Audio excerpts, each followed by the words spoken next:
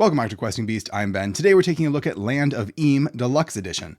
This is a massive, boxed set fantasy role-playing game that contains a bestiary, a core rulebook, a massive book just for describing this entire landscape because it's a huge hex crawl. It has a game master screen. It has a huge board game style map of the land. There's a ton in here. I've actually taken the books out because this thing is so heavy I can barely even shift it around on my table if they're all in here. Here's the side of the box. Here's the back. I love the cover and back illustrations on this thing. It really sets the tone. I think the publisher has described it as Lord of the Rings meets the Muppets. So it has a more whimsical, more childlike tone than a lot of these big epic fantasy RPGs. The box is pretty solid, but I did get a little bit of tearing here at the top. Mostly, I think, just because the books are so heavy that if you don't store this right, you can get a little bit of tearing. Here is a quick overview of all the stuff you get inside. This is the core rulebook, which is about 250 pages, very nicely constructed. Same illustration on the front. There's a bestiary, which says volume 1. That's about 200-ish pages long and has all the monsters that you're going to need. There's the Mucklands, which is a sandbox campaign setting, and this thing is absolutely enormous. It's like 430 pages of content just describing what's in a lot of the hexes on the map. There's this really nice Game Master screen here, which has this great illustration that's the same as the back of the boxed set. You can see the whole thing right there. The inside is mostly rule summaries for checks and skills, traveling, camping, NPCs that you can grab, combat, conditions, weapon rules, adversaries, treasure hunting, and wandering intruders. This is very much an open world exploration style game. Here is part of the big map that the game comes with. What's great is that the map is not a fold-out piece of paper. It is actually a board, like in a board game. It's very solid, and it's printed really well. You can see all of the different hex numbers here. Not every single hex has information about what's there. There's lots of stuff that you can randomly generate, but many of these do have adventures and NPCs and stuff attached to them. Here is the other side of the map. You can see just from the names, the kind of tone that it's going for, the Blunder Bluffs, the Used to Be Forest, the Drippy Downs, and names like that. There's even this cool little box that comes inside the bigger box. And inside, it's mostly a dice rolling tray, but there's a number of wooden meeples representing the different NPCs or PCs that you might have in the game. And these really fun, oversized dice that are like gelatinous cubes with little things and little pieces of characters or items floating inside the jelly of the dice. This little ad here points you to the fact that this is actually based on a children's graphic novel series called Rickety Stitch about a wandering skeleton bard who goes on adventures throughout the land of Eam with his friend, who I think is a gelatinous jelly type creature. I've not read them. I think there's like 3 graphic novels and then 3 other novels. I should check them out. My kids might like them. The first book we're going to look at is the core rulebook. Now, there's a lot of pages in all of these books. It's like 1,000 pages or something of material, so we can't look at it in too much detail, but I'll try and hit the high points and give you a good sense of what this book is going for, what this whole system and this setting are going for, so you can decide if it's right for you.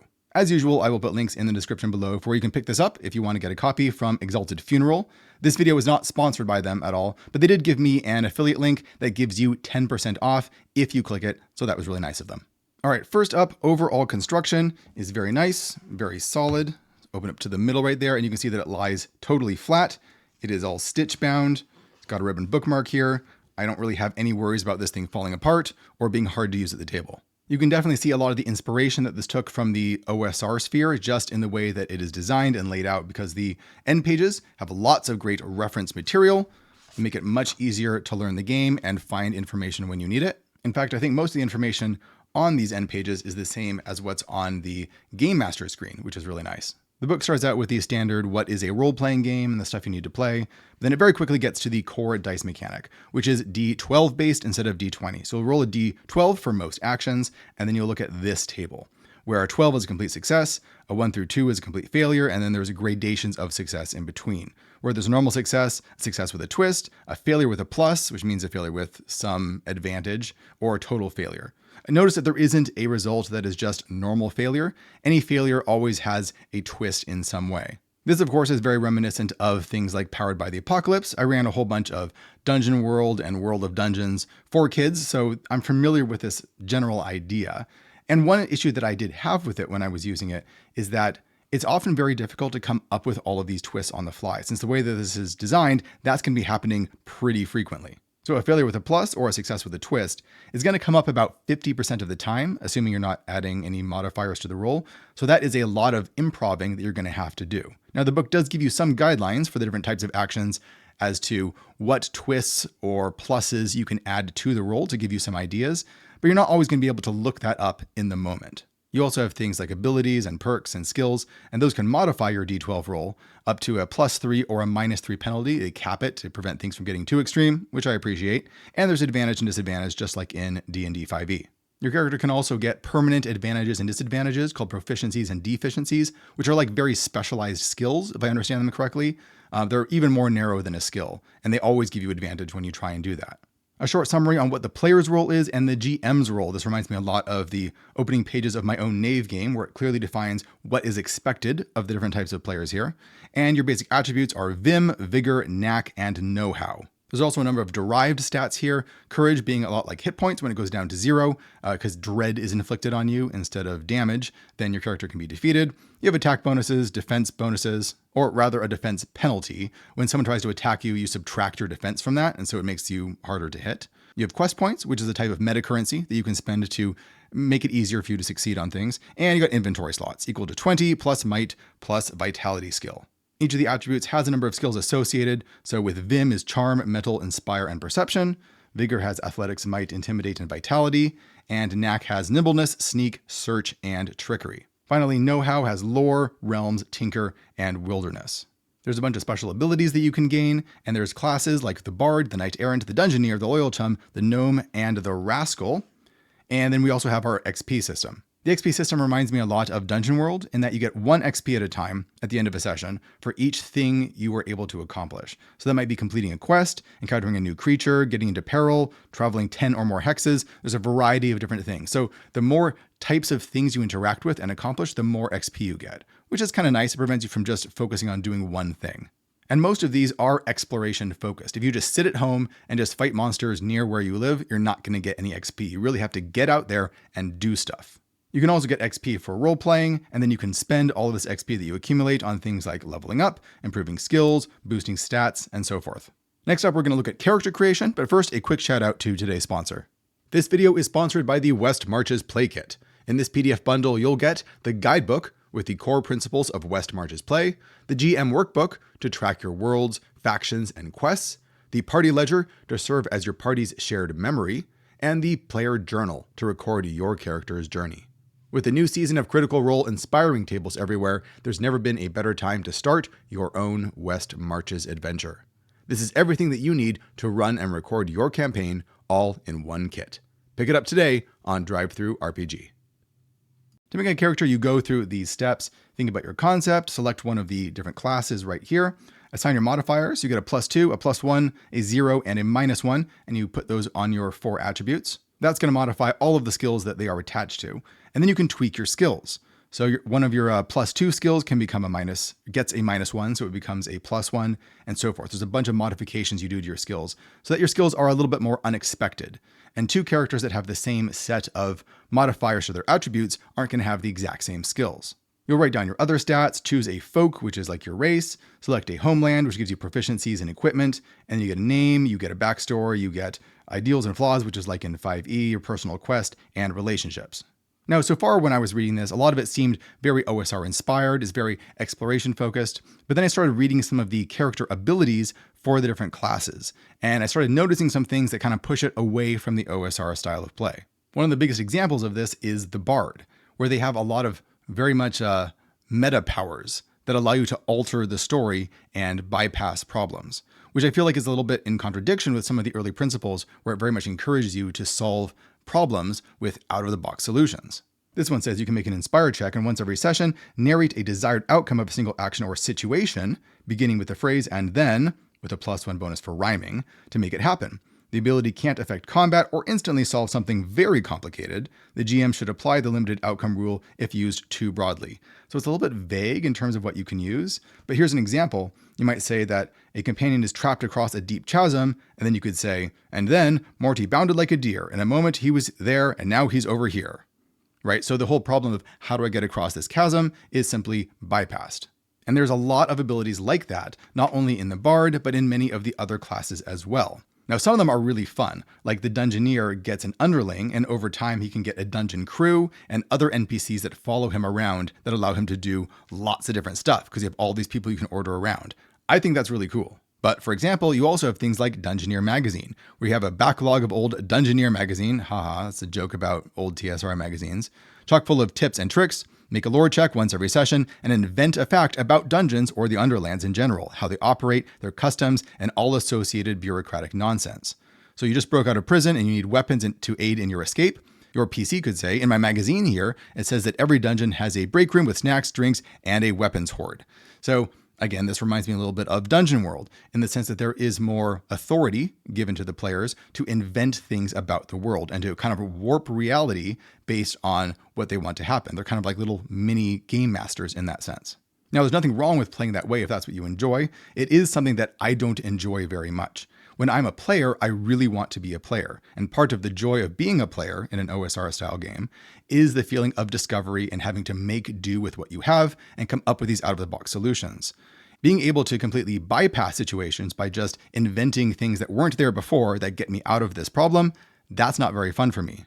And remember, I've run a lot of games with kids. That's kind of my main focus for many years when I was developing Maze Rats and Knave. One of the reasons I ended up going away from styles of play like Dungeon World and more towards the OSR is because of that focus on problem solving that kids actually enjoy so much. These books tend to frame devices like this as allowing players to add to the story because it's a storytelling game. But by moving away from problem solving, I feel like it also moves away from immersion. And it also removes that feeling of victory, that feeling of success that you get when you found a way out that no one else did. Here's the rest of our classes. There is a good 20 abilities, 2 per level, because there's 10 levels for each of the different classes. At level 1, you get both of those abilities, but then every time you level up after that, you get to choose one to get permanently. So by level 10, you should have 11 different abilities. Here's all the different folk that you can have, which are all your different races. They give you things like your size, some skill modifications, your homelands, some extra perks just for your race, and some quirks. They all have fun names. Bugbears. You can be a gelatinous goo, which is a fun thing to be. Gnomes, goblins, humans, imps, mushrooms, quartles, shrims, skeletons. Most of them are just different varieties of animal people. One thing I do appreciate in this book, though, is that there are a lot of random tables. I am a random table guy. So, for example, when you're coming up with your backstory, it gives you lots of ideas for that, ideas for ideals and flaws, quests, relationships, and then we'll see there's even more as we go further in. Inventory is all slot-based, which I like because it's easy to keep track of. Coins and economy. So this uses the usage die system, which I've seen off and on in a few different books, and I'm not a huge fan of it. Here's how it works. Let's say you have a bag of gold coins, because you don't keep track of the exact number of coins, you keep track of bags. And a bag of gold coins, you can try to get to buy something that is fairly expensive that would cost gold coins. And then instead of just measuring out how many coins you have to spend, what you would do is you would roll a d10. And then on a 1 or a 2, you lose the bag of gold coins. But if it wasn't a 1 or a 2, then the bag of gold coins gets downgraded to a bag of silver coins. My issue is that, yes, this abstracts things a little bit, so you don't need to nickel and dime everything. But I don't know if it's actually any easier to keep track of all of these different bags of different denominations and have to roll dice for each of them and then upgrading them or rather downgrading them when you roll badly.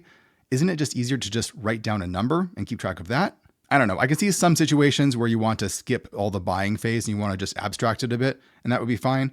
But I like actually seeing how much money I have. I think that's a little bit more fun. But look at these great random tables. Special services and vendors. Tons of mundane items. I think this is a D400 table.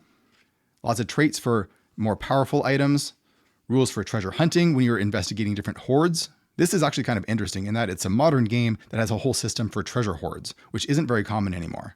Let's say you discover an old hoard. What that means is you get 3 treasure hunting checks, a pouch of gold coins, and 2 components. So the 3 treasure hunting checks means you roll 3 times on this table, and this is going to be a better table than a loot pile, for example.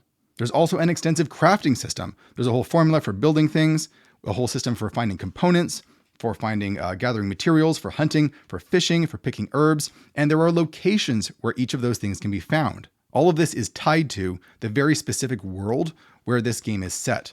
So things are not abstracted in that sense. If you want to find a certain type of thing, you know the kind of creature that you're looking for, and you might even know where to go to look for them. This is really cool, and I love how everything is integrated together that way. For example, you might want to find a Dwemer scale shad, and it has shimmering scales that twinkle like silver in the water, because you could craft that into a Dwemer scale shield. Where you need to go to river country. Even more fish stuff, herb components, alchemy recipes if you want to get into actually doing alchemy, very specific things that you need to pick up, and even cooking recipes for people who want to get into a cooking mini game. You want to get some ranger boots because once every session you can gain advantage on a sneak check. Then you need some thornhawk feathers and a wungalope fur. Get hunting. This is a hex scroll system. Every day is broken into 4 travel turns. The assumption is you're going to do 2 travel turns per day. If you go more than that, then you're really pushing yourself. You're going to make travel checks where you might get a perilous encounter, a dangerous one, a bump in the road, an uneventful journey, or a discovery, depending on how good your roll is. All of these can be modified by different types of terrain. I do think it's interesting that there is a section on dungeon crawling here, but there really isn't a system for dungeon crawling in the way that old school D&D does. There isn't any dungeon turns. There's no exact measurements for how far you can go per turn. So dungeon crawling is a lot more abstracted in contrast to the hex crawling, which is a little unusual. That being said, once we get into the actual world book, you'll see that there isn't a lot of dungeons actually to explore. It recommends that when you make camp, you can ask each other campfire questions to help develop your characters. It's fun to have this as a resource if that's what you want to do. Combat system. So there is 4 phases, which goes parley, improvise, run, and combat.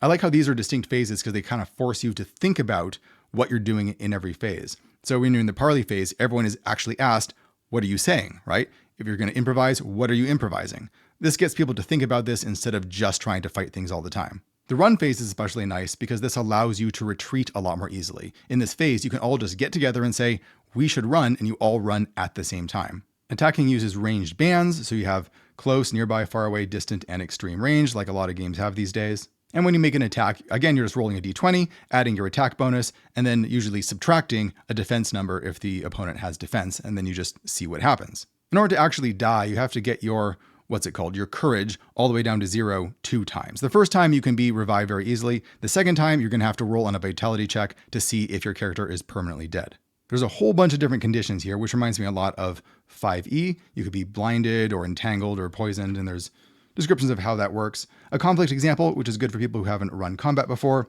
and a downtime system, because in any kind of hex crawl system, you have to know what you can do when you are just hanging out in camp or maybe in town. And these aren't very detailed systems. It's just a simple roll, sometimes modified by a coin bonus to see what happens. The next section is a section on monsters, but we're going to skip these because all of these monsters are replicated over in the Bestiary as well. There is a GM section on running the game. It says to make the land of Eam feel alive and real and weird. That's a very OSR-ish principle.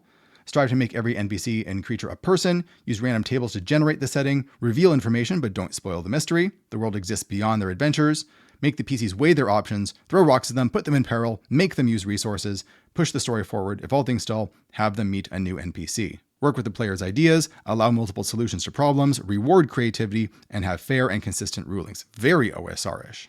As I mentioned, though, there are a lot of character abilities that seem to kind of work against those principles. In some ways, this might be anti-railroad almost too much, in the sense that it doesn't want you to force players down any particular route, which is great, but then it gives players so much power that they can just do almost whatever they want. A lot of these situations and obstacles that you put in your way might not really be obstacles at all. Near the back of the book is just more random tables, huge random tables, which is fantastic. NPCs, location aspects for building new places, perilous encounters for each of the different types of regions, dangerous encounters, discoveries that you can have, random dungeon traps and obstacles. I like that a lot of these are very physical. For example, a wall of ice. A solid frozen mass of ice blocks the way, so cold they can see their own breath. The ice is about 5 feet thick. That's a nice concrete description. How you can get past a giant wall of ice? There's lots of different ways you can do it, but you're going to have to think your way through it. Random dungeon puzzles and riddles, because you often need riddles to throw at them at a moment's notice. Tons of different magic items you can pull out if you don't want to just design your own with all of the different things that are in the book, because they have tables that let you design your own pretty easily. That's a D200 table. Relics, which are like extra powerful magic items. Lots of books that you can use. Boons, curses, spells. What's a good spell here? We got things like Portal Hop, create 2 linked portals within distant range that remain open for level hours, or swap an item in the caster's hand with another item within sight. That actually sounds like a knave spell. At the back here is a short starting adventure, and unlike most of the adventures in the big setting book, this is a dungeon adventure. You're heading toward this little town and you're investigating this little tavern, as you often do, and it has a rat problem, as taverns often do. But in this case, the rats have gotten absolutely huge and they want to take over the world and kill the owner. And he has left an important deed down in the cellar, and you need to go down and get it, and probably fight all the giant rats in the way. There are some kind of warning signs here where, for example, you read some opening box text here, and it commits a lot of those original sins of box text, like telling you what your characters are doing, even telling you what your characters are feeling. But once you get through that, you're mostly turned loose to do what you like. There's different character illustrations right here with their traits and their motivations and nice short descriptions. They're very vivid. We see this all throughout the setting book as well. We have a nice isometric map of the dungeon, and you can see that it's, well, a little bit linear, but not too linear. You start over here, you work your way through these tunnels. There's a couple different ways you can go. I guess you could go over this way or down through here, cross over this bridge, and then fight the rat at the end. Parts of it are a little bit hard to read. Like, it's a little bit hard to tell exactly how these connect up. Like, once you go to this lake, does it go over to here? Does it connect up with this tunnel? I think it does, but it could be maybe labeled a little more clearly. The fact that this works as a one-page dungeon is really smart though, since you can run the whole thing off of this spread. Very few role-playing games do this, mostly just OSR stuff, so that's really nice to see. A couple different suggested endings depending on how they interact with the monster at the end, because most of these monsters can be talked to and negotiated with. And then from there, they can set out and explore the wider setting if you have the setting book. All right, next we'll take a look at the Bestiary real quick, and then we'll head over to the setting book. Again, the end pages are used, wandering intruders, all the different adversaries over here if you want to just roll random ones, creatures, critters, and creepers. Let's look at what a typical monster would look like here. Here we go, dragon, classic monster. So over here we have, it can be levels 5 through 10, 10 still being the maximum. Classes, now there's 3 different classes you can have. You can have a goon, which is the lowest one, a bruiser, or a champion. Dragons can only be champions. There's no courage, which is your hit points, because that's going to depend on the level that you're at. Let's say you want this to be a level 8 dragon, you would roll 8d12, because champions have a d12, I think that's right, for their hit points or for their courage. There's a Paulie number, which is the number of times that you can talk to it before it starts getting really mad and it won't talk to you anymore. That's kind of neat that that's there. +3 attack when it's fighting you, -1 defense. That's good, because that means that you're going to subtract 1 whenever you try and hit it, so it's good for him. There's a block rating of 3, which just means straight up 3 damage soak. It does 1d12 dread, which is damage, and it has 4 actions every turn. It's got some different names you can use for them. There's 12 different abilities here that you can roll to randomly determine what this dragon is good at. It always has a list of vulnerabilities, a big social section so you know how to talk to it and ways that you could manipulate it, rules for how it fights in combat, and a section on what it does when it is defeated or when it is victorious in battle. That's all really cool. Most monster manuals don't give you that information, especially when it comes to the social side of things. Books will always be telling you about how you need to be talking to the monsters, but they won't give you a lot of clues as to the best way to handle them, or for the game master, the best way to role play them. And virtually all of these get that, unless it's like a plant or something like that, or it's a creature that can't think. But most of these creatures, if it has this symbol right here, it's going to be a thinking creature that you can socialize with or negotiate with. There's lots of different monsters in here, including plenty of random tables for different kinds of terrain, so that you know what kinds of monsters are where. There is a whole section right here on the different spells that the monsters might have, so you can look that up really quickly. Curses, mutations, and so forth. My kids have probably liked this book most of the different books. We haven't run the game yet, but they really like just flipping through it and looking at the weird puns that a lot of the monsters' names are. All right, the last book is the Mucklands, the Sandbox campaign setting. And it is a big, chunky book. In fact, it's so big, it's kind of hard to hold. It has a whole map at the beginning. If you don't have the actual table map, you're going to probably need something like that, though, if you want to figure out where your characters are and move them around. And each of these different regions, which are listed over here, has their own section in the book with tons of cities and points of interest and regions of hexes with descriptions of what's going on there. All the areas that are empty are things that you can fill in with random encounters and discoveries, a lot of which are in the core rulebook. There's no way I can show you everything in this book. That would take all day, so I'll just pick one section of the world and show you how that works. As with the other 2 books, this whole book is dedicated to control panel layout, meaning that every topic is contained either to a single page or to a 2-page spread. This is really nice. It makes it much easier to run everything because you're not going to have to be flipping around, at least very rarely. For example, here is Azimuth Outpost. It tells you what hex is there, gives you a little description of it, and then what's going on. Sights and sounds, you can narrate them walking around. There's rumors that you can give them that take them off in different directions to other parts of the world. And we have some of the main NPCs that you can find there. All of the NPCs are illustrated. The amount of illustrations in this whole setting is kind of crazy. And they're all designed to be easy to run. So we have Cleo Soothsoul and the Soothsoul Six, a gang of kobold witches for hire. The leader is said to be 200 years old. Her 5 compatriots are a collection of a group of warlocks, soothsayers, and blackblades. Cleo does as she pleases in Azimuth, scaring away any riffraff, including the Sarpathi, who are these snake people that have been raiding the area. The answer to no one except to their benefactor, Margot, who's over here, and then only as necessary. They got traits, so you know how to run them. Brooding, discreet, finish each other's sentences. That's nice and creepy. And motivation, protect the outpost from the Sarpathi, so you know what is driving them. There's a lot of quests in this book, sometimes multiple quests per page, but oftentimes they're very short and pretty terse. It's more like an outline or a prompt than a full written out quest. If you're going to run a lot of these, you're going to have to fill in a lot of information yourself.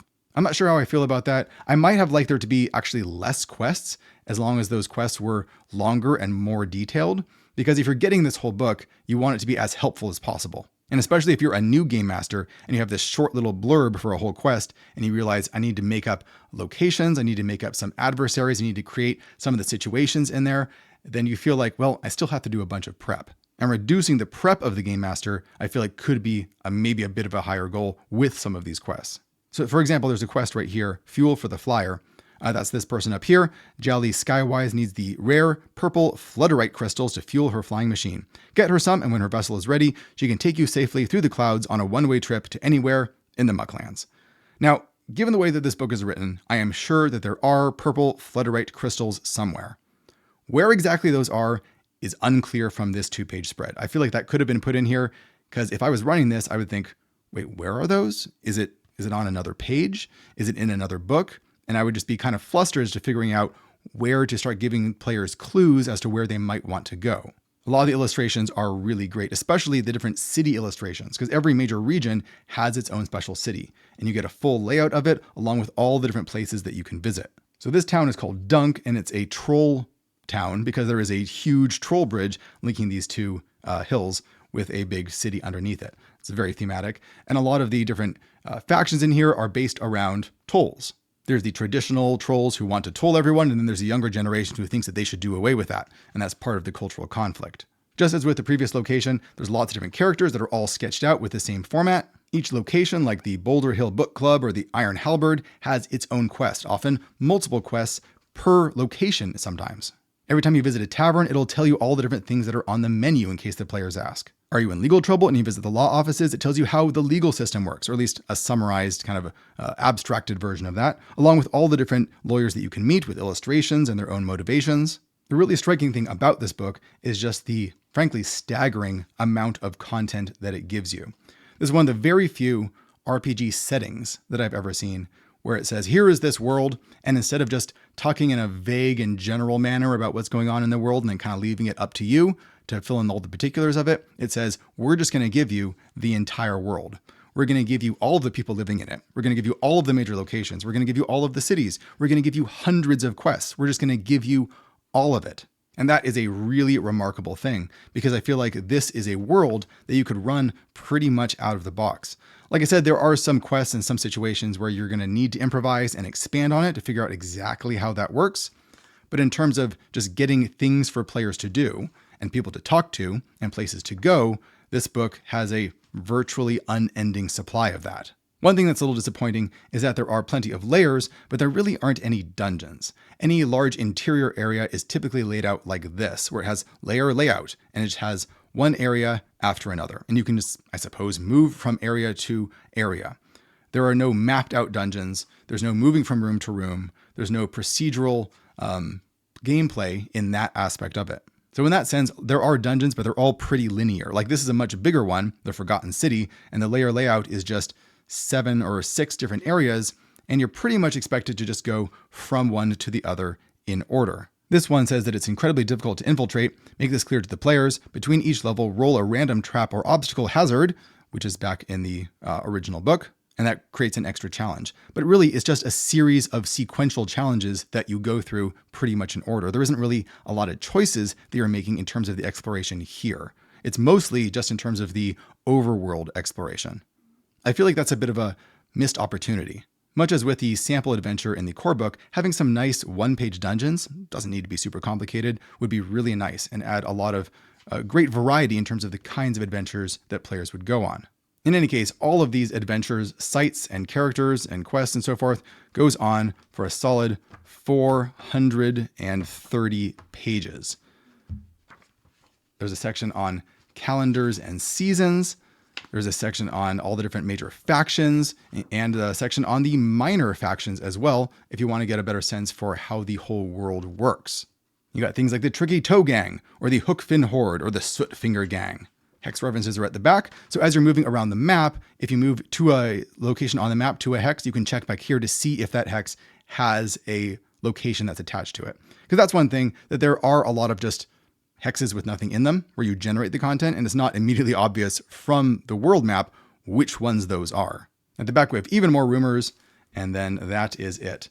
6 regions, 140 different locations, 450 NPCs, 40 factions, 500 rumors, 400 quests, and 70 different heroic titles that you can gain by accomplishing certain quests.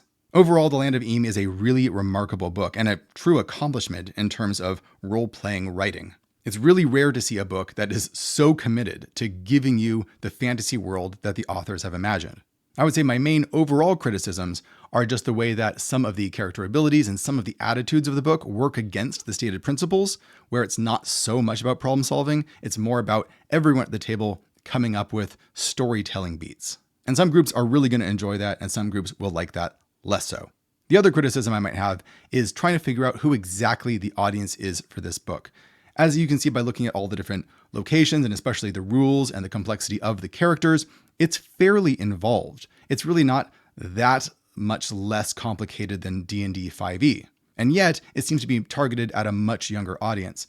The graphic novels that this is based on, I haven't read them, but they look, just from the cover and from the tone, they seem to be targeted at, 8 to 12-year-olds, maybe 8 to 14-year-olds. And if you ask yourself, could a 8-year-old or could a 10-year-old run The Land of Eam right out of the box? I don't know. This is a rule book with a couple hundred pages in it, although only maybe half of that is really dedicated to rules. You could probably boil it down for them and just have them run it with just rolling a d12 and just looking at the table to make things really simple. But then a lot of them do like to power up their characters. They like picking abilities, and you'd miss on that aspect of it. It seems like the real target audience is adults who are fairly familiar with role-playing games running this for kids. And if that's the demographic that you fall into, this could be a really awesome choice. As usual, I will put a link in the description below for where you can pick this up for yourself. And thank you for watching. I'll see you guys next time.